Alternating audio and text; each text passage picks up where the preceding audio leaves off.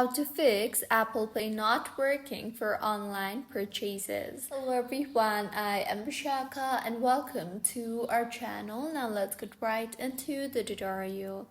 Firstly, make sure Apple Pay is set up properly.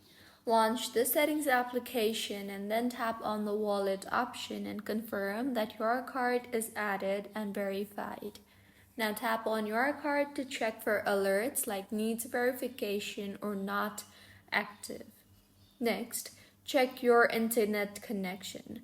Make sure you are connected to a proper working internet connection, and if not, then you can also switch between networks. That is, if you are using Wi-Fi, switch to cellular, and if you are using cellular, switch to Wi-Fi.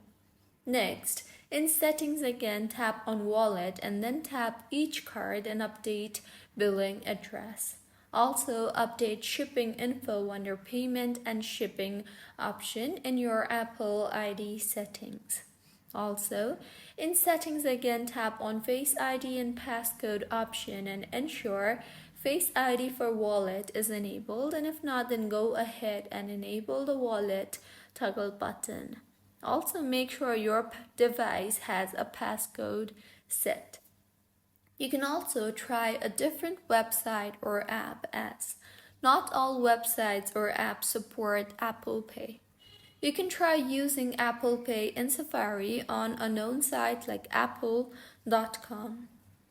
Next fix is to restart your iPhone, as restarting the iPhone fixes majority of minor glitches on your iPhone. Also, go to Settings and tap on General and then on Software Update and make sure you are using the latest version of iOS, and if not, then go ahead and update your device to its latest version. And the last fix is to reset network settings.